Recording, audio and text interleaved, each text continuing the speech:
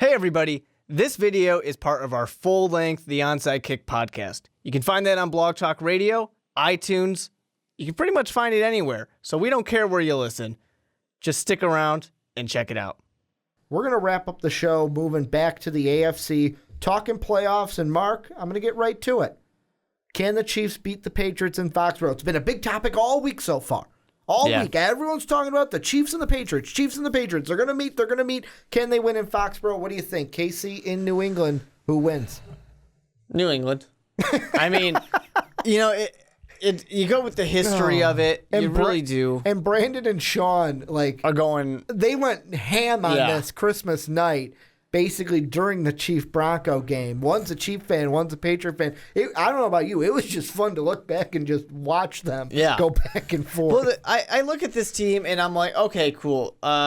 Even though I like Alex Smith, even though I like Andy Reid, I don't like Andy Reid that much, let's be honest. But, even though I think they got a lot of good pieces, and I would love to see Kansas City get to the playoffs because it's something different. Well, they're I would in the love playoffs. that. I mean, Super Bowl. Yeah. Because it's something different. The New England Patriots, the better quarterback, the better running game. Their receiving game might not be better. They've got the better. The weird thing about the Patriots is their defense.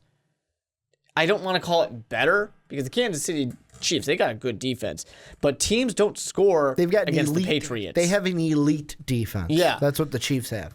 So these two teams match up very well. I just think that Tom Brady can pick apart the team a little bit more. See, I think that this game is going to, if this game happens, it's going to come down to the Chief offense versus the Patriot defense. That's where this game is going to be won or lost because Tom Brady is going to have his plays. He's going to have his moments against the Chief defense. However, this Chief defense is also going to have their moments. It's what you get when you have a great quarterback going up against a great defense. And I know Brandon was talking to me on Monday before we recorded the Primetime podcast, and his big thing that he was trying to get Sean to see was that Tom Brady, yes, you can say he's the greatest of all time, he's the best quarterback, but if he was really all holier than thou, he would have never lost a game, would have never lost a Super Bowl. He'd be just, Tom Brady's going for it. It's an automatic win. Win. Like, his big thing was anything can happen. Oh, for sure. Especially when you have a great quarterback playing a great defense. Yeah, any given Sunday. But for me, it's that Alex Smith, Andy Reid offense against that Matt Patricia, we talked about him earlier, and Patriot defense. And to me, I don't like him whenever he's on NBC Sunday Night Football, but Chris Collinsworth had a good point. I have to give him that. And this Chiefs offense is really, once you get their two main weapons going, they get Tyreek Hill on the outside, they get Travis Kelce over the middle. Once they kind of play that two-man game, bing, bing, boom, boom, here we go, then they're successful. That's the thing that the Patriots would have to do. Yeah. However, the thing that I would kind of shift the advantage over to New England side is they have the best head coach in football, and a coach that I say he's the best because he is the best at making adjustments game by game, play by play in order to win games. I mean, Andy Reid is no joke as a coach. He's a very, very good coach. That's the thing about Kansas City, I feel like. The thing for Kansas City is they have a lot of really good parts. They have a lot of good players, coaches, and all that. I just feel that New England's are just a tiny bit better in a lot of places. And I think the offensive, besides LeGarrette Blount's a different kind of back than Tyreek Hill. I think the offensive weapons are different, but I would give the weapons on the side of Kansas City, maybe because they're more explosive. I know that Sean's all up in arms that Malcolm Mitchell's he's one of the best wide receivers. He's all right now. He's doing some good things, but let's not over pump and put Malcolm Mitchell on a pedestal. The big thing for me when I look at it is New England scores, on average, New England is going to score more points than the Chiefs.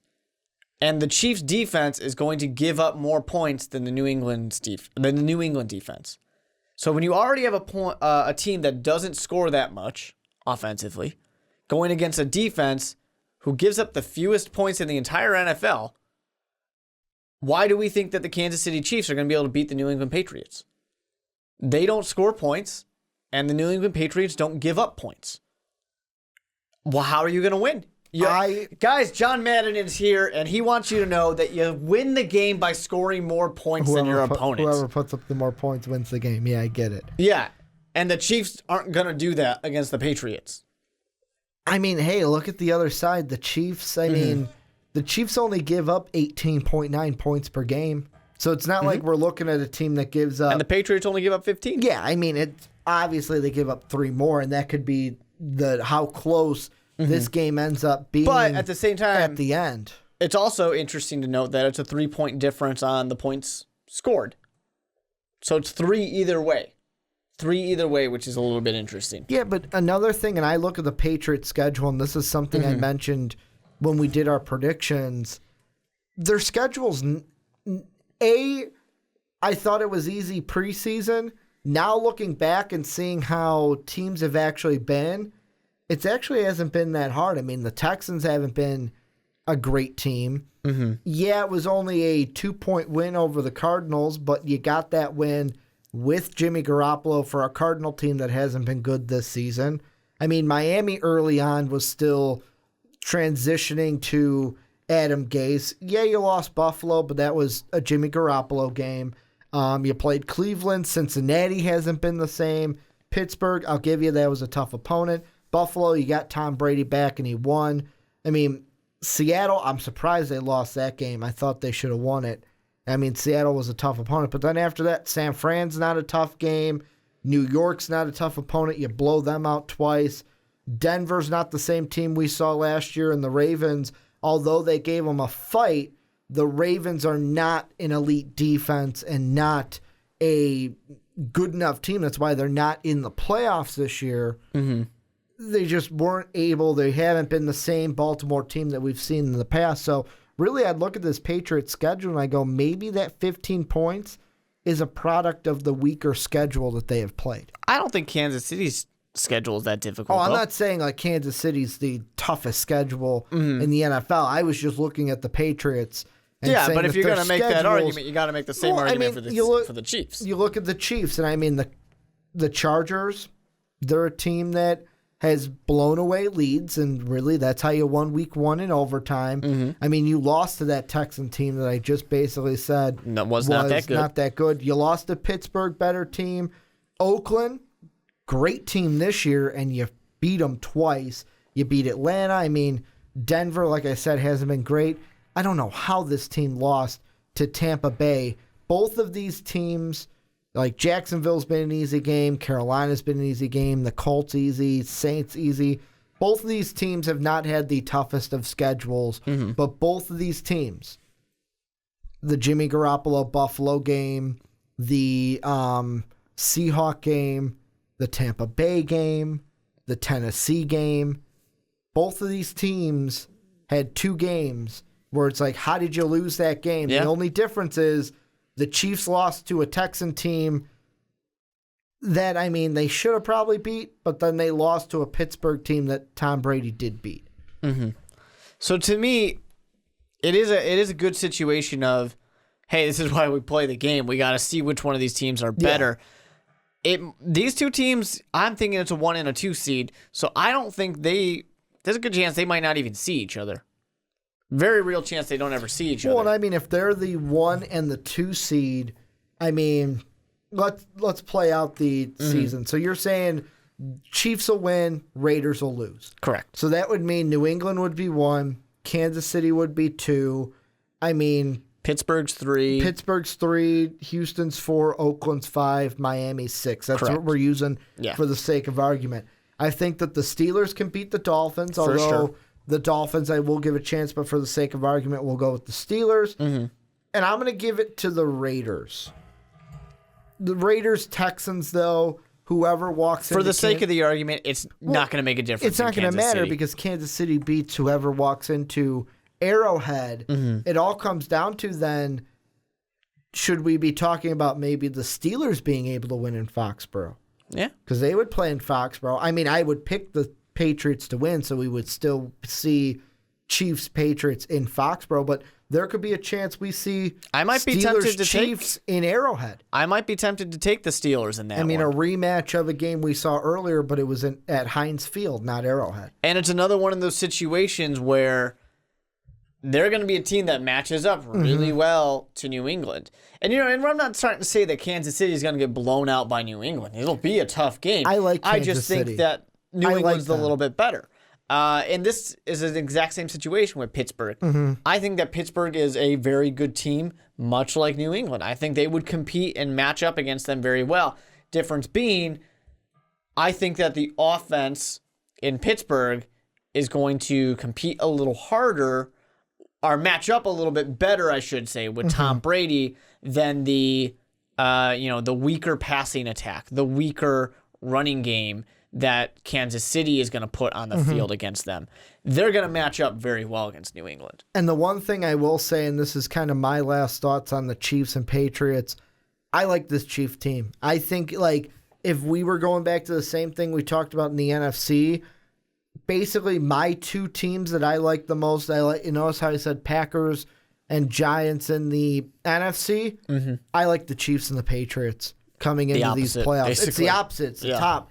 And this Chief team I like more than the Patriots only because of that defense.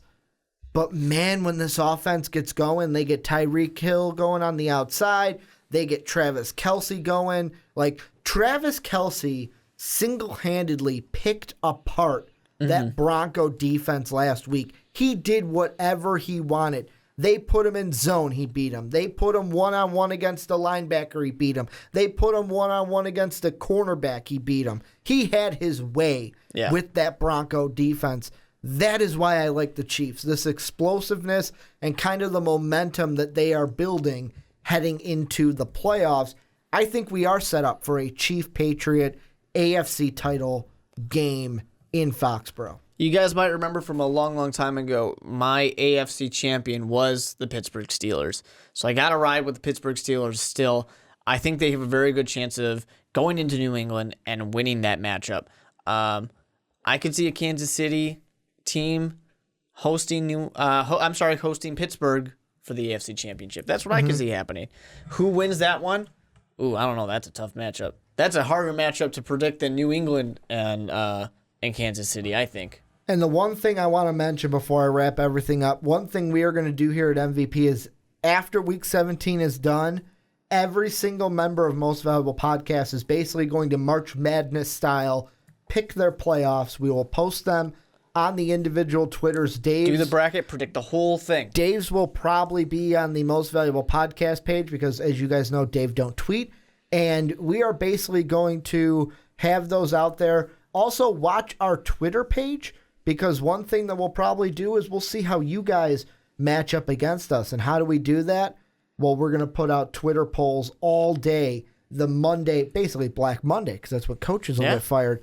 That Monday following the season, there will be a ton of polls, basically for a few hours so that we can get all of those set up so that we can get kind of the MVP fan bracket going as well. So be on the lookout for that. Check your Twitters. Hit that little, is it a bell on Twitter? I think the little bell to make sure you get the notifications when we send out those polls from our Twitter page. But I want to thank you guys for checking in. If you're a Chief fan, let us know down below what you guys think. If you're a Patriot fan, let us know what you guys think. If you're not and you're just a football fan, let us know what you think down below in the comment section. I want to thank you guys for either watching us on YouTube today. If you downloaded us from Blog Talk Radio, thank you for the download. Make sure to check out our Patreon page, patreon.com/Most Valuable Podcast. I want to thank you one more time for either listening or watching. And as always, have a good day, everybody.